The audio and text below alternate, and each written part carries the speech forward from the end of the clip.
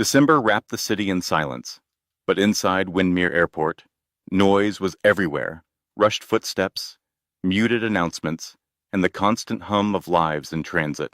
Outside, snow fell softly against the glass, untouched by the chaos within. Camille Renner stepped off the plane like someone walking through a dream that wouldn't end. She was 27, worn thin by the kind of heartbreak that doesn't just bruise, but lingers. Her hands trembled slightly as she adjusted the scarf around her neck, dragging her suitcase through the terminal like it carried more than clothes, like it carried everything she hadn't said. She was back in Eldom City, not because she wanted to be, but because when everything else falls apart, home is the only place left to run, even if it's full of ghosts.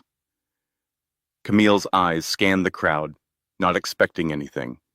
And then she stopped.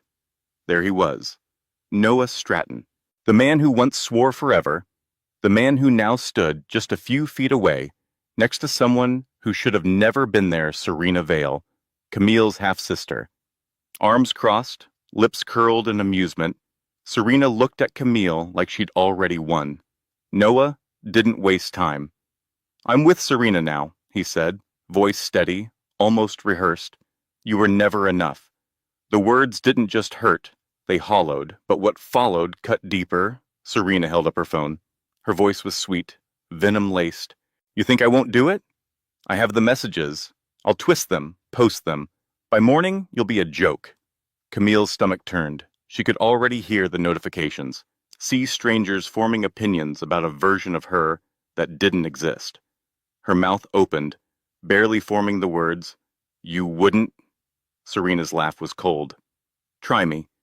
In her panic, Camille stepped back and collided with someone behind her. Her suitcase nearly tipped, and she spun to apologize. That's when she saw him. He stood quietly, watching. A man in a plain coat, eyes calm like still water in a storm. There was something grounding about him, something unshakable. "I've been waiting," he said, stepping forward, placing a hand gently on Camille's shoulder. "We've got plans, remember?" Elias Thorne didn't raise his voice, but it held weight. Noah flinched, confused. Serena narrowed her eyes. "Who are you?" she snapped. "Just someone who doesn't like bullies," Elias replied, steady as ever. Noah scoffed, but turned away, muttering, as Serena followed, heels tapping like gunshots against the tile. The moment they disappeared, Camille finally breathed. She looked at Elias, still dazed.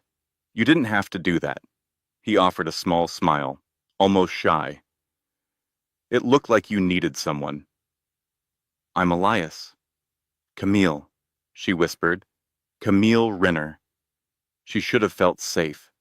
But the storm hadn't passed. The threat still lingered in her half-sister's eyes, in the silence that came after. And maybe it was the adrenaline.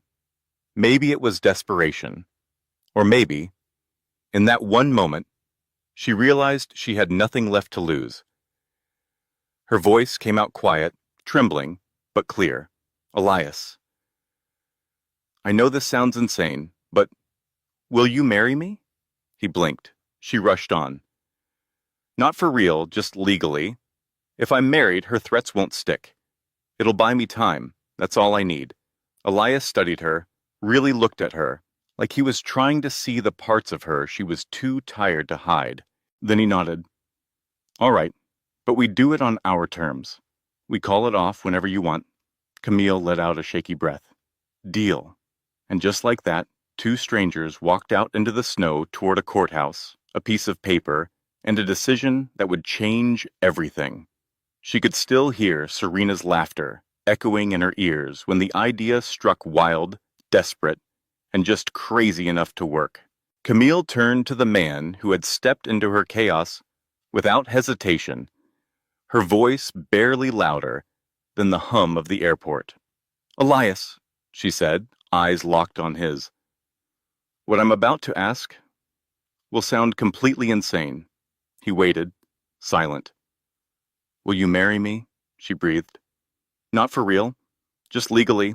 If I'm married, Serena's lies won't spread the way she wants them to. It'll give me time, just a little space to breathe. Elias blinked, eyebrows lifting just slightly. He was used to high-stakes moments. He'd spent years in the military, making decisions most people couldn't imagine. But nothing in his past had prepared him for this, a stranger asking him to become her shield by becoming her husband. And yet, when he looked into Camille's face, saw the trembling in her hands, the fire fighting through her fear, he felt something stir. Not pity, not obligation, something quieter, stronger. After a long breath, he nodded. "If we do this," he said slowly, "we end it whenever you want. No strings. Deal?" Relief poured across Camille's face. Deal. They didn't wait. The ride to Eldom City's late-night clerk office was a blur of city lights and unspoken thoughts. Outside, the streets shimmered with holiday glow, soft string lights wrapped around lampposts, snowflakes catching in halos under streetlights.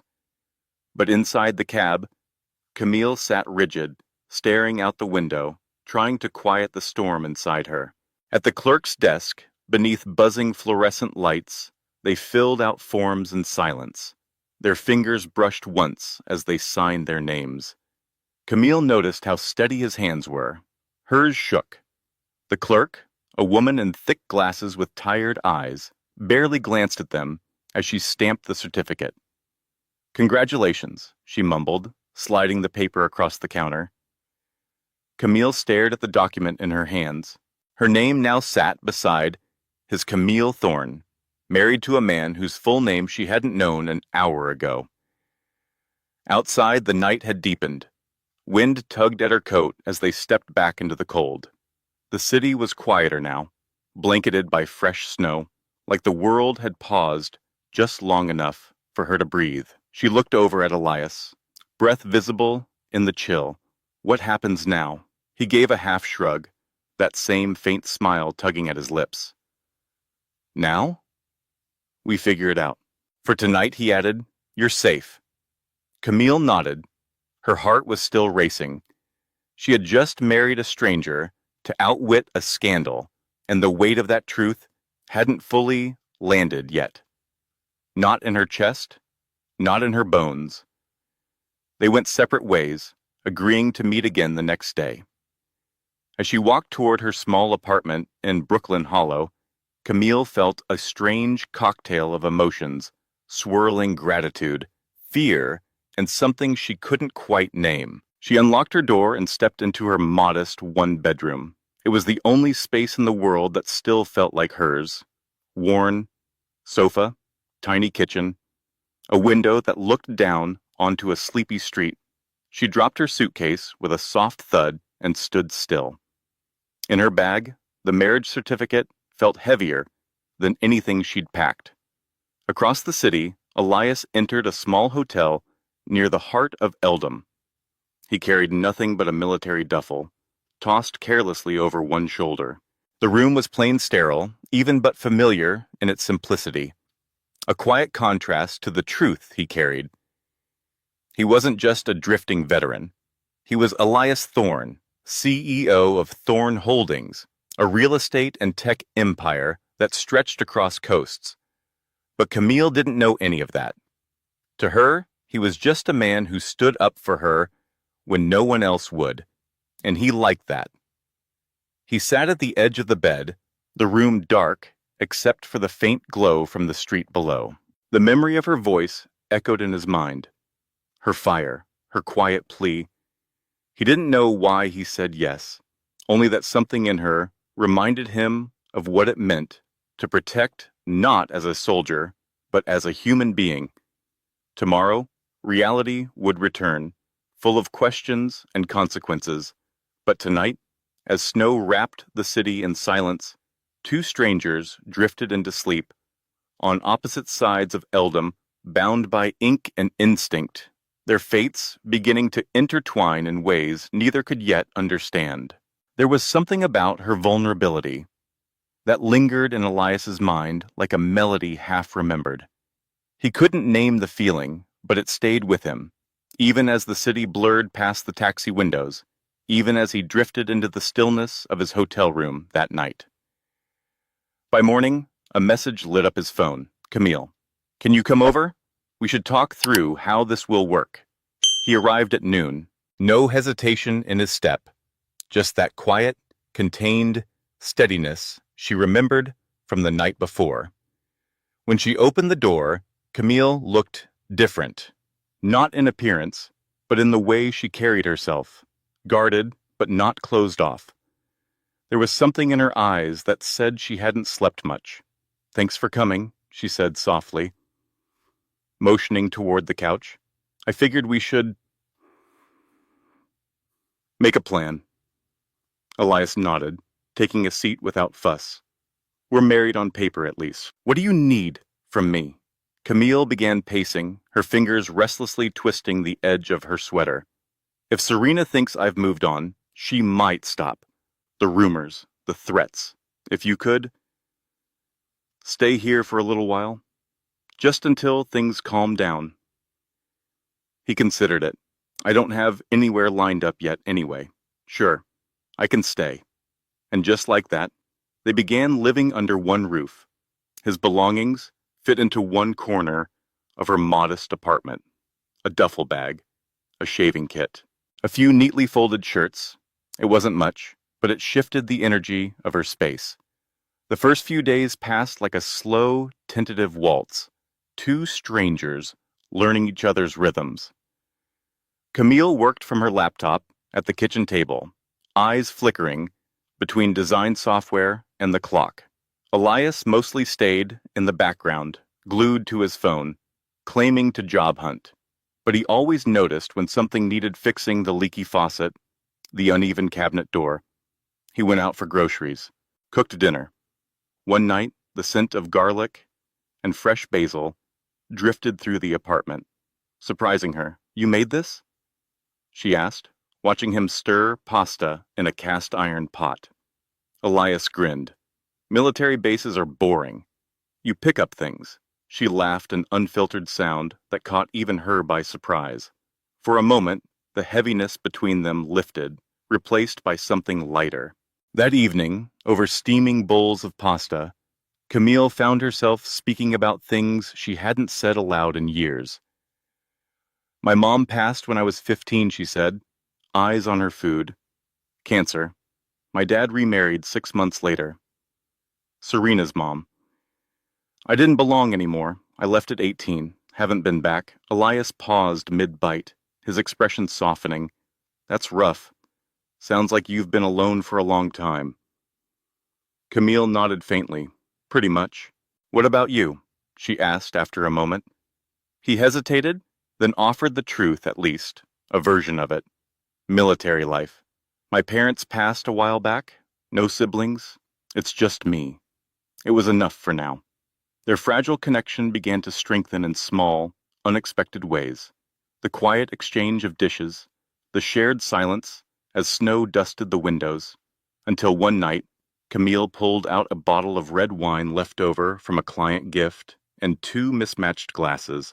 They sat on the couch, legs just barely touching, the city's glow flickering through the window. She took a sip, then turned to him, voice softer than before. I still don't know why you said yes. You didn't even know me. Elias met her gaze, steady as ever.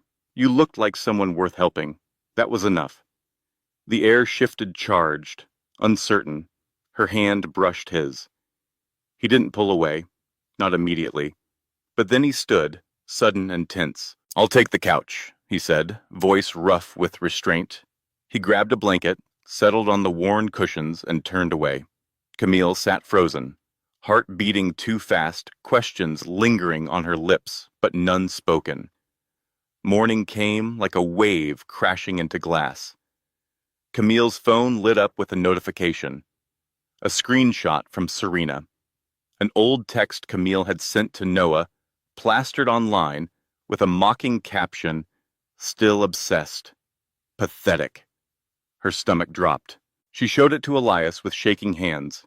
She's starting again. Before she could spiral, there was a knock at the door. She opened it, and there stood Serena, phone in hand, smile sharp. "Just thought I'd check in. See how the loser's doing," she said, peering inside. Her eyes landed on Elias. "Who's this, your rebound?" "He looks broke."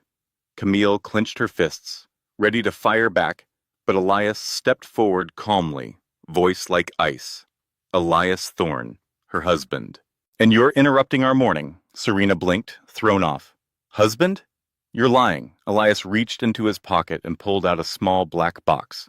Inside lay a silver bracelet, clean, elegant, unmistakably expensive.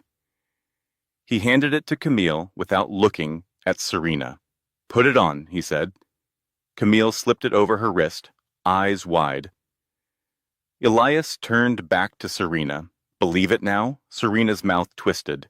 "This isn't over." She stormed off, the click of her heels fading like thunder in the distance.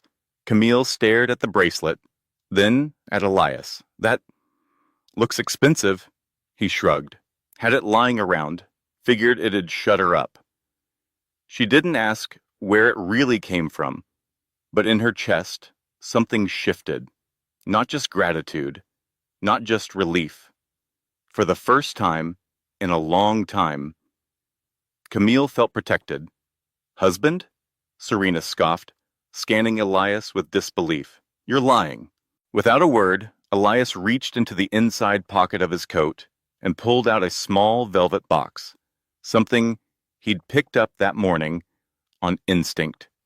He handed it to Camille, his eyes never leaving Serena. "Open it." Camille flipped the lid, revealing a silver bracelet so sleek and refined it seemed out of place in her modest apartment. Its surface shimmered faintly under the light, subtle, elegant, and unmistakably expensive. Camille's fingers hesitated before she slipped it on. It hugged her wrist like it belonged there, like it had been waiting. Elias turned to Serena. "Believe it now?" Serena's expression cracked. Her smugness dissolved, replaced by something darker envy. She fumbled for a comeback, but came up empty. "This isn't over," she hissed, turning sharply on her heel. Her voice echoed through the hallway like a door slamming shut. The silence that followed was thick. Camille stared at the bracelet. "Where did you get this?" she asked, her voice quiet. "It looks like it costs more than my rent." Elias gave a half shrug, effortlessly dodging. Had it lying around, figured it might shut her up. She didn't press. She could have. But instead, a quiet thank you left her lips simple, sincere, and he nodded, as if that was all he'd hoped for. They sat back on the sofa, the half-finished glasses of wine forgotten. The bracelet shimmered every time her wrist moved, a soft reminder of the man who had stood beside her when she needed it most. And for the first time in what felt like years, Camille didn't feel entirely alone. Elias sat beside her, one arm draped across the back of the couch, his eyes on the window where snow was beginning to fall again. The weight of his secret pressed harder now. He wasn't just a former soldier. He wasn't a drifter. He was Elias Thorne, heir and CEO of one of the largest private empires in the country. But Camille didn't know. Not yet. And the longer he was near her, the harder it became to let that version of himself back in. As the snow blanketed the city outside, Camille locked the door behind her and exhaled. She felt strangely safe. Serena's threats hadn't vanished, but Elias's presence acted like a wall between her and the worst of it. She glanced at him, already half asleep on the couch. The blanket pulled over his chest. His face was peaceful, but something in her wondered, what are you really running from, Elias Thorne? As if sensing her gaze, Elias cracked an eye open and offered the faintest of nods. Tomorrow the questions would come, the complications, but tonight the apartment held something fragile and rare, a quiet truce between two souls who hadn't planned to find each other. The days stretched like taffy, soft and slow. Snow piled against the windows as a week slipped quietly by. Camille once used to living in solitude, found herself adjusting to his presence in ways that surprised her. He rose early, always the first to the kitchen, the smell of brewing coffee filling the small space. By evening, he was fixing broken lamps, chopping vegetables, humming quietly as he cooked. He didn't ask for anything, just existed, warmly, gently. And Camille, who had built walls without even realizing, felt them begin to lower, brick by quiet brick.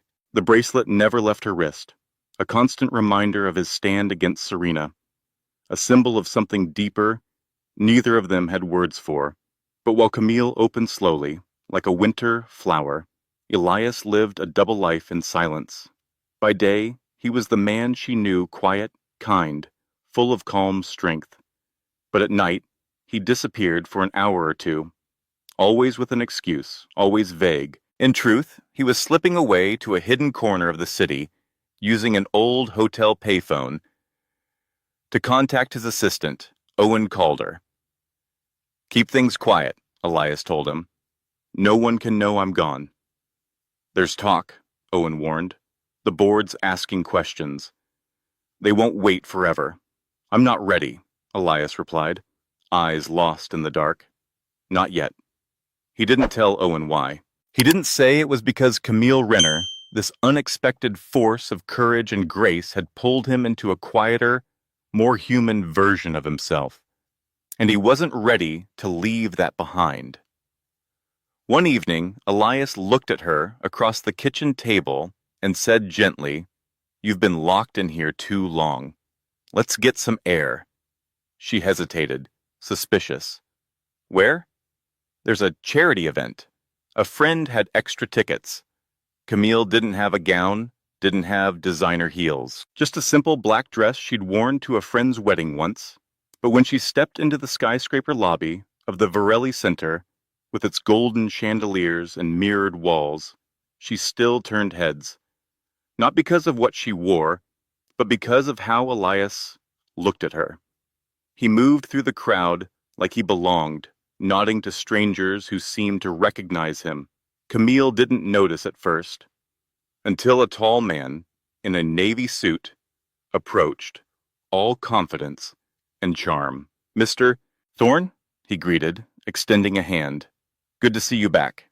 Camille froze, her glass halfway to her lips. Elias didn't flinch. He shook the man's hand with practiced ease. "Good to see you too. This is Camille, my wife." Camille blinked, trying to catch up. "Mr. Thorne? Good to see you back." She turned to him as the man walked away, her voice sharp beneath the music and laughter. "Why did he call you that?" Elias sighed, setting down his drink. "We should talk. Somewhere quiet." "My wife," he said, effortlessly, as though the title had always belonged to her. Camille's glass paused midair. Her eyes darted from the stranger in the suit to Elias. The man gave a polite nod and disappeared into the crowd. She turned sharply. "Why did he call you Mr. Thorne like it means something?" Elias set his drink down, his jaw tightening. "We should talk. Somewhere quieter." He led her through the glowing ballroom, past gold-tinted mirrors and murmuring guests, until they stepped out onto a high balcony. Below them, Eldam City glittered in silence, unaware of the unraveling moment happening above. Camille crossed her arms, bracing against the cold. "I'm not just a soldier," Elias said finally. "I run Thorne Holdings, real estate, technology, a few other ventures. That's who I am." The words fell into the space between them, like stone into still water. "You're a CEO?" Camille whispered, stunned. "And you never told me?" He met her gaze, steady. "When we met, you didn't care about money or titles. You saw me, not the empire. I liked that. I needed it." She stepped back, her breath sharp against the winter air. "So all this time, you've been lying." "Not lying," Elias said, softer now. "Just waiting. I was going to tell you." She looked away. The bracelet on her wrist, once a token of protection, now felt heavier than gold. "I need time," she said. Then, without another word, she turned and walked back inside, leaving Elias alone in the cold, the weight of everything unsaid pressing hard against his chest. The next morning arrived too early. Camille's phone rang, an unfamiliar number flashing on screen. She hesitated, then picked up. A cold voice cut through.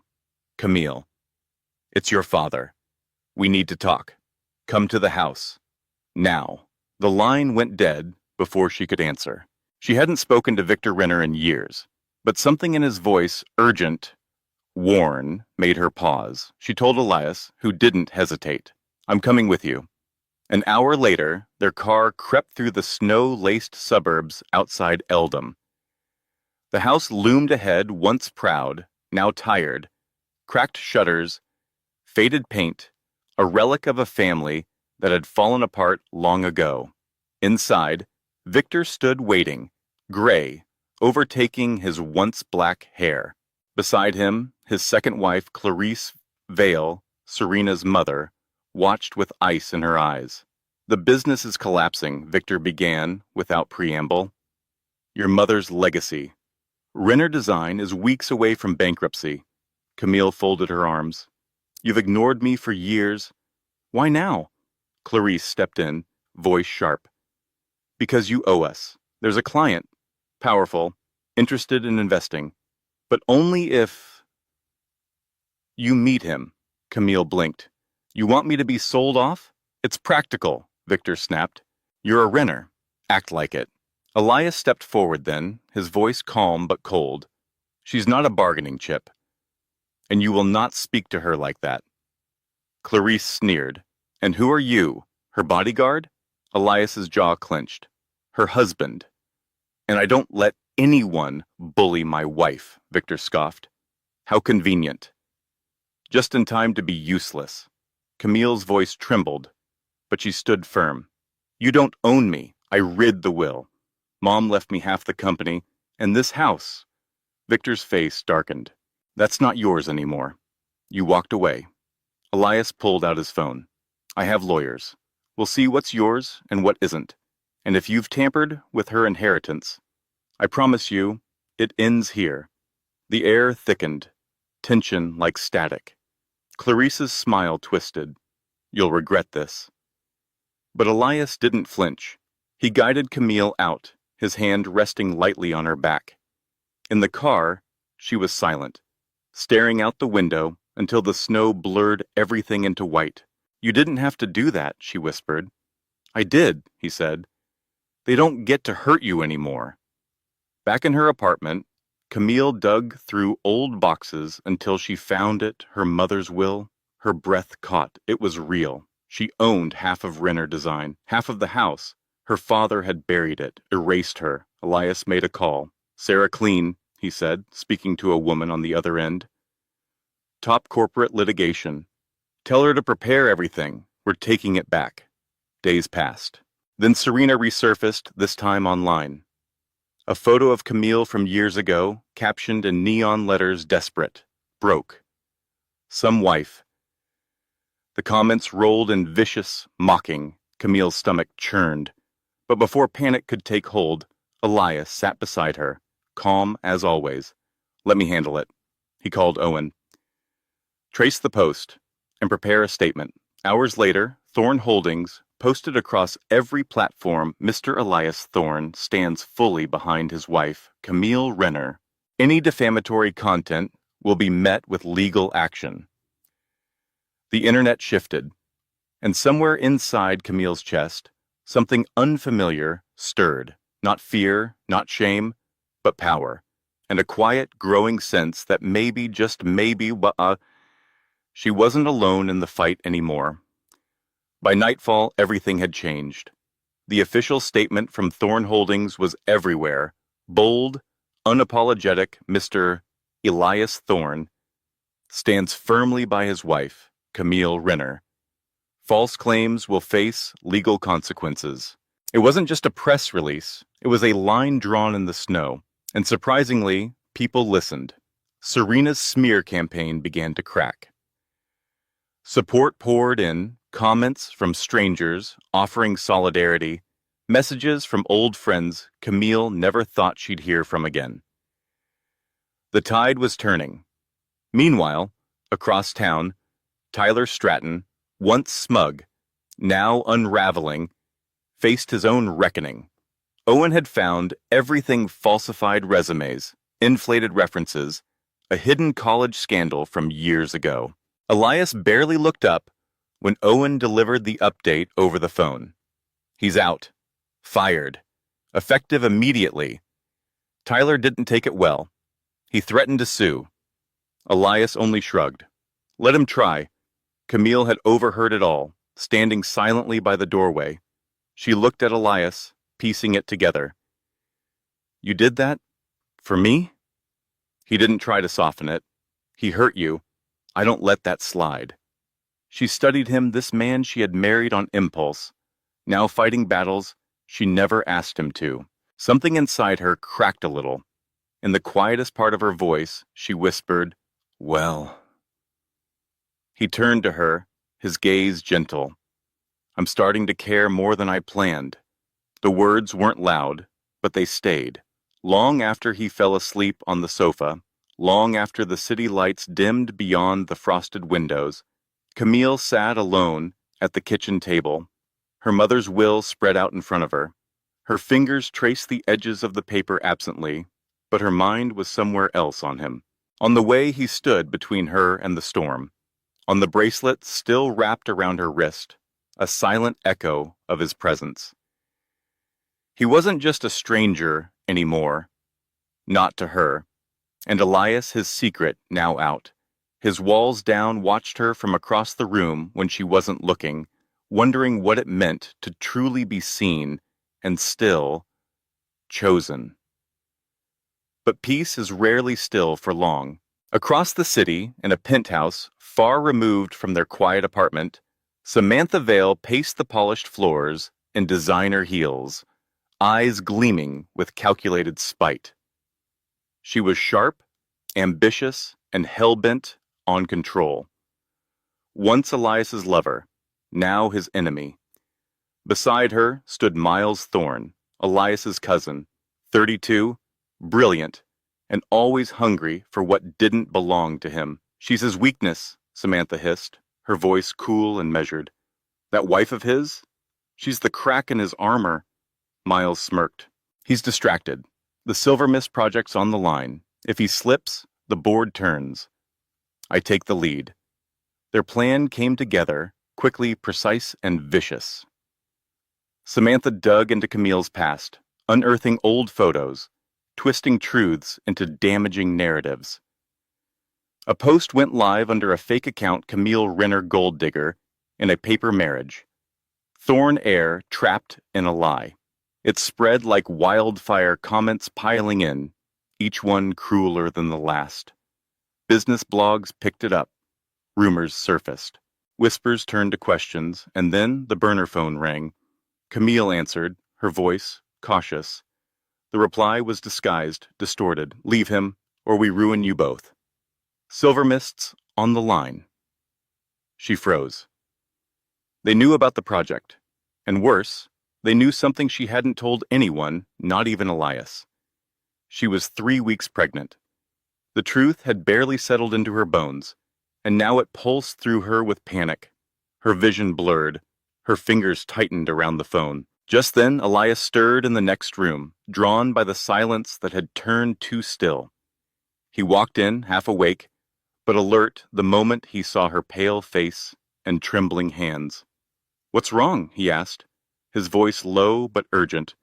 Camille handed him the phone, showed him the post, the call log. Her voice shook. They're after you. Because of me. Elias's expression hardened. His jaw clenched as he scrolled through the screen. This is Samantha Vale, he said through his teeth.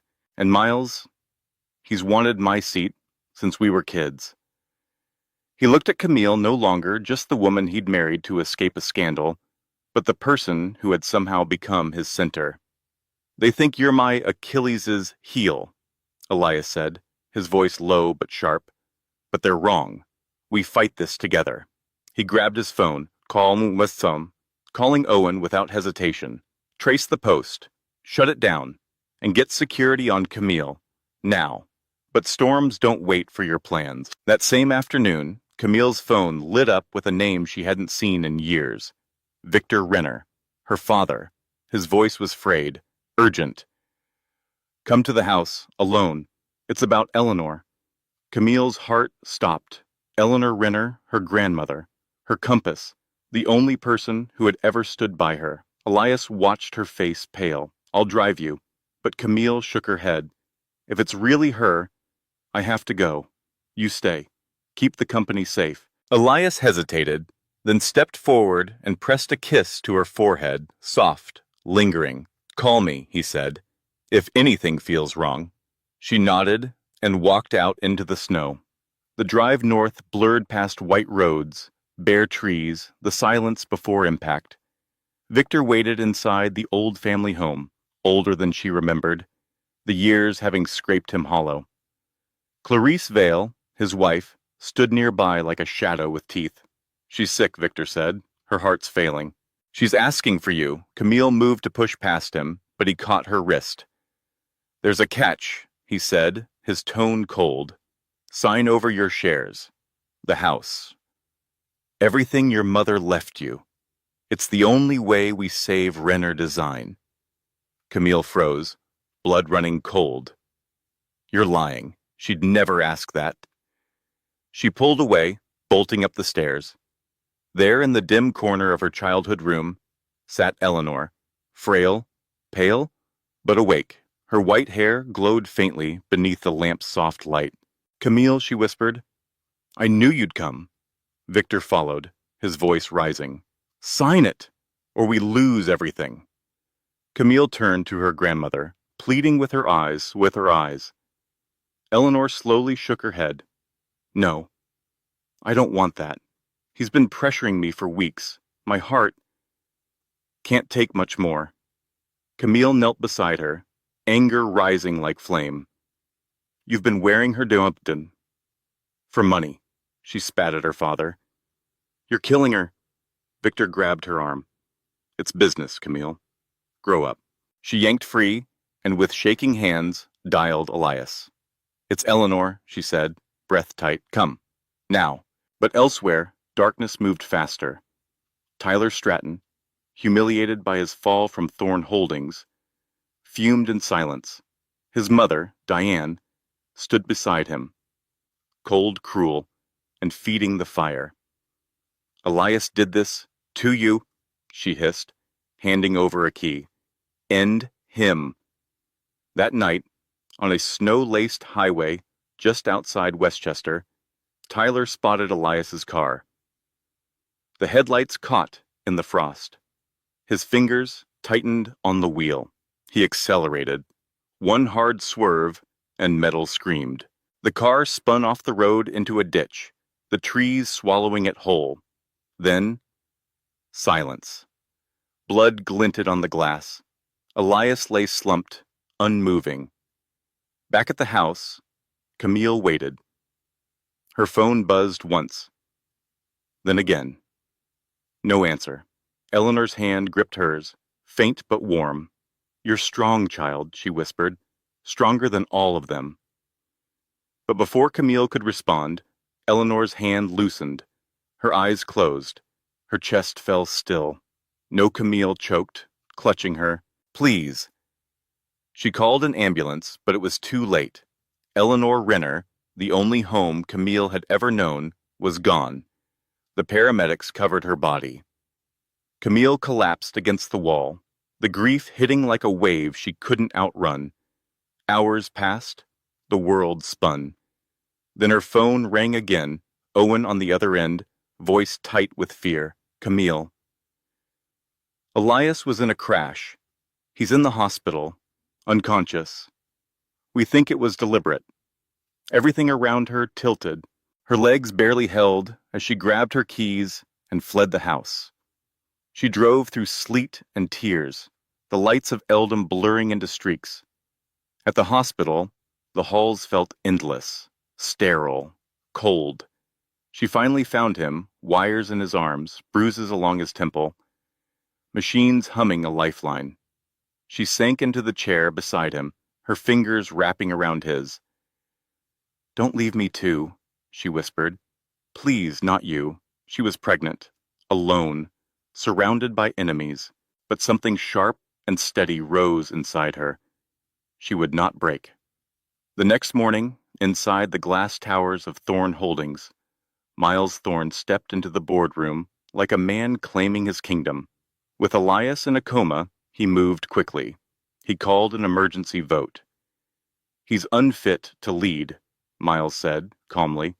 "His wife is a liability. And Silvermist is at risk. The company needs a new direction." He didn't even try to hide his ambition. Eyes shifted around the table. Doubt seeded. Opportunism stirred. But what Miles didn't know was that Camille Renner had just arrived, and she wasn't done fighting. CMNBN Kien Tree Kung Min. N O Na Cao Trào Tí theo sĩ câu chuyện đi ấy là p năm vì l a hoàn toàn phá n tám tí cực ta sự theo ghi ân ví hình giàu xí nè xúc có chỉ ở su sâu tâm lý và meta cha ta nè và itinta na shining stories các nhân vật và BDAC và na Sagi. The news hit Camille like a match striking dry wood. Miles Thorne was pushing through Silver Mist Elias's legacy project as if Elias had never existed. His claim for power was gaining ground, his lies dressed in expensive suits and shareholder smiles. But Owen told her everything. "You need to go," he said. "Now." Camille wiped her tears, grabbed the will her mother had left behind, and threw on her coat. She didn't walk to the Thorne Holdings headquarters. She marched, her steps cutting through the frostbitten morning like a blade. Inside the boardroom, men in dark suits and carefully measured voices fell silent when she entered. She didn't wait. "You don't get to take this," Camille said, her voice slicing clean through the air. "Elias built Silvermist. He built this company. And I'm here for him." Miles leaned back in his seat, smug. You're nobody." Camille walked to the center of the table, placed the will down, and looked each of them in the eye. "I'm Camille Renner Thorne," she said. "I own half of Renner Design. I'm Elias's legal wife, and I've got more skin in this than any of you." Silence. Then Owen stepped forward, sliding a folder across the table. "Per Elias's written directives," he said, calm but firm, "Camille is named his legal proxy during absence or incapacity." The tide shifted. It was slow, almost imperceptible, but it moved. Camille stood taller, though her pregnancy was still a secret she held close. A quiet strength pulsed beneath her ribs, growing by the day. Outside the room, Samantha's smear campaign continued to swirl online, but Camille, with Owen's help, issued her own response. "Thorne Holdings stands united. We do not break under falsehoods. We build, together." Public opinion hesitated, then tilted toward her. Even Serena's last venomous posts drowned beneath a wave of unexpected support clients, employees, strangers, all moved by Camille's grace under pressure. But the attacks didn't stop. That night, Tyler Stratton called her, drunk, slurring, furious. "You ruined me," he snarled through the line. "You'll pay." She hung up, blocked him, focused only on Elias and the child she was carrying. At the hospital, the room was filled with soft beeps and the scent of antiseptic. Camille sat by Elias's side, exhaustion etched into every line of her face. She held his hand. "I lost Eleanor," she whispered. "I can't lose you too." Then softer, her words, barely breath. "We've got a baby coming, Elias. Please, fight. The nurse checked his vitals. Nothing had changed. No promises. Just the dull rhythm of hope refusing to die. Across the city, plots thickened like poisoned wine. Miles sat in a dimly lit cafe, Samantha opposite him, her red nails tapping the table in slow, dangerous rhythm. She's tougher than we thought, Samantha admitted, eyes dark. But Elias is still out. That gives us time. We break her. Miles nodded. Push harder, quietly. No headlines. Undermine her from the inside. Meanwhile, in a crumbling motel on the edge of Eldom, Diane Stratton nursed a drink while her son, Tyler, paced like a caged animal. She took everything from me, Tyler muttered. Rage, low and constant. No, Diane whispered. He did, and she's just the means to destroy him. Then we finish what we started. But while they schemed, the tide had already begun to turn. Back in the hospital, Owen was working in the shadows. He'd hired a private investigator, dug into the crash, studied tire marks, paint transfers, found a witness, a truck, speeding from the scene, the night Elias was hit. It was no accident, Owen told Camille over the phone, his voice low. We're closing in. Camille nodded, her fingers tightening around her mother's will. She hung up and made one more call to Sarah Clean, the sharp, unflinching attorney who had taken up her mother's legacy.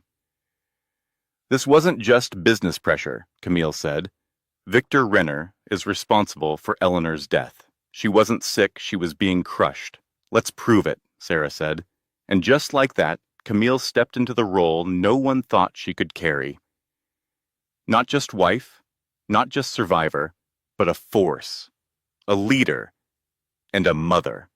Pressure had killed Eleanor Renner. That much Camille knew in her bones. Now it was time to prove it. Sarah Clean filed charges swiftly, her legal team unearthing the truth layer by layer. Medical records, stress-related episodes, doctor's notes. It was all there, Eleanor's quiet decline, driven not by age or illness, but by Victor's unrelenting demands. Camille pressed forward, but in the middle of the storm, something shifted.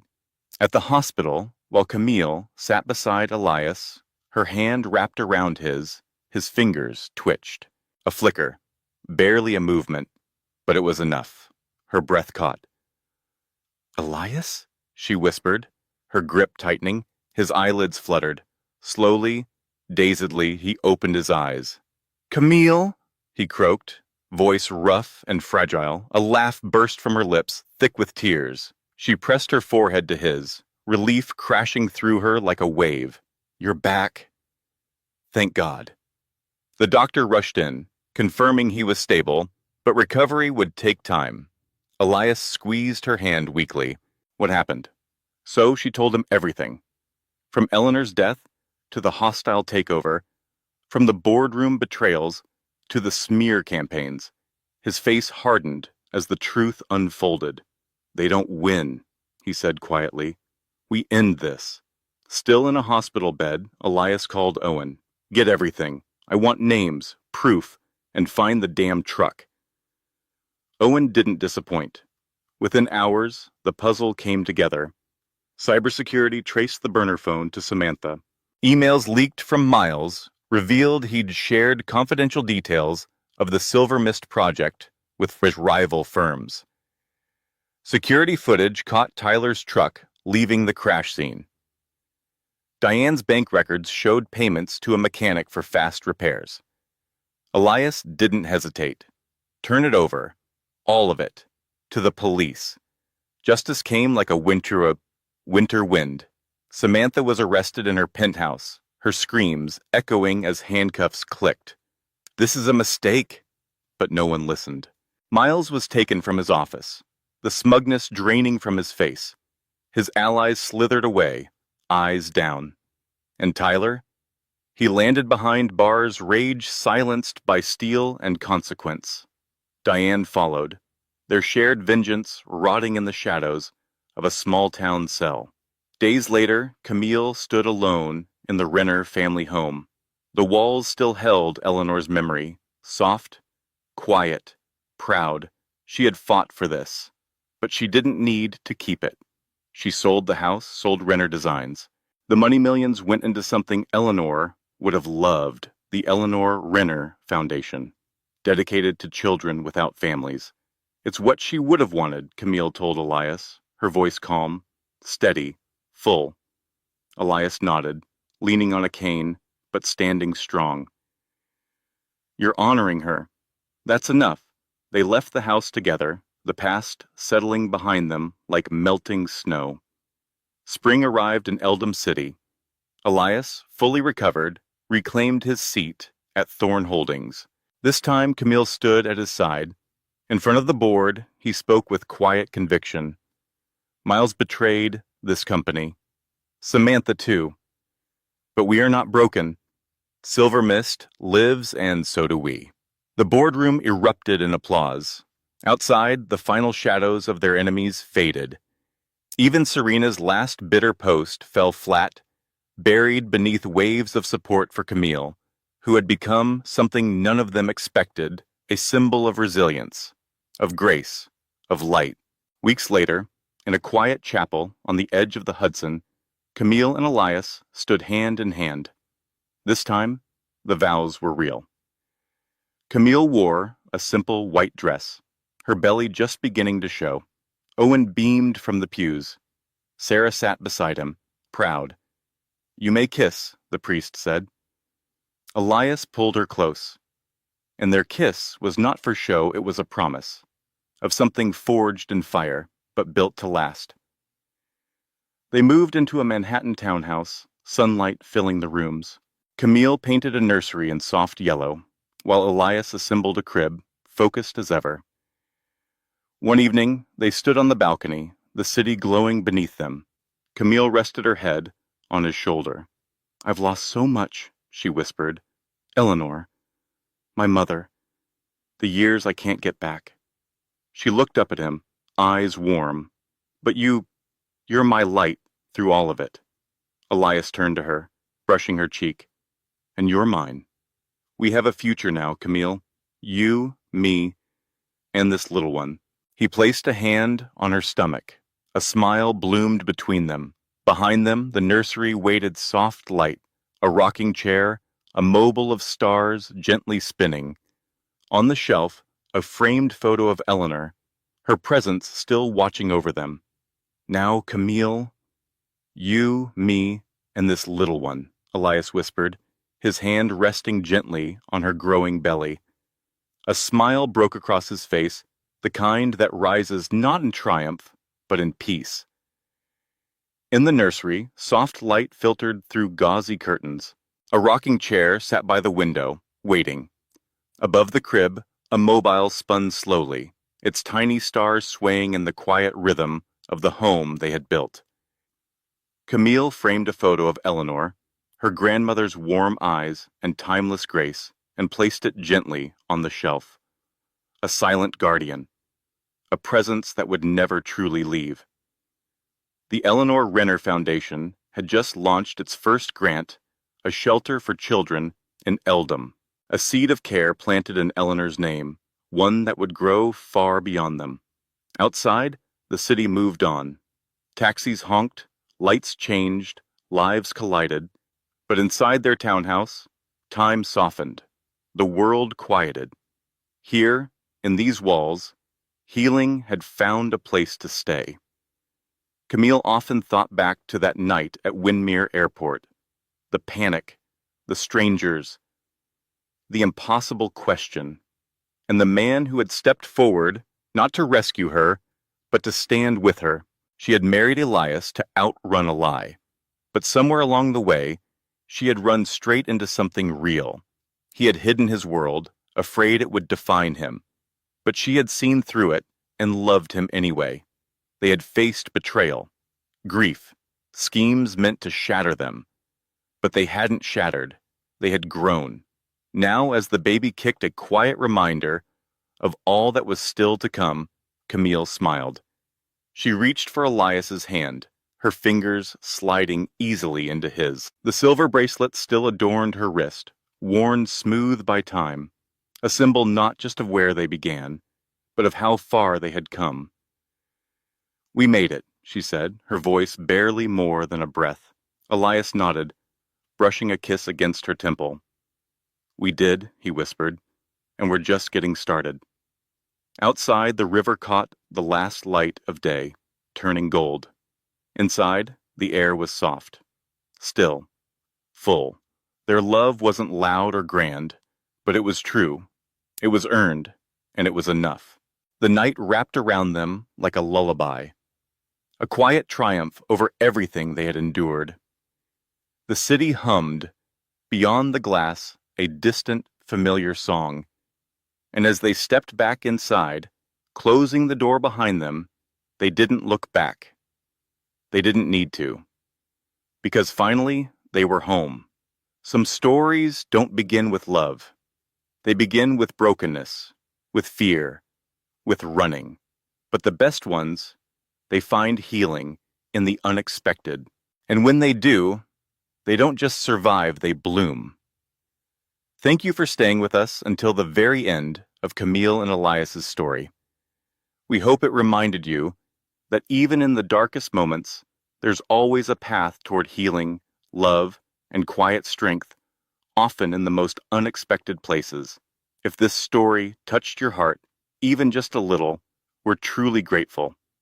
From all of us at Shining Stories, thank you for listening, for feeling, and for letting us be a small part of your day. Until next time, stay kind, stay open, and never stop believing in new beginnings.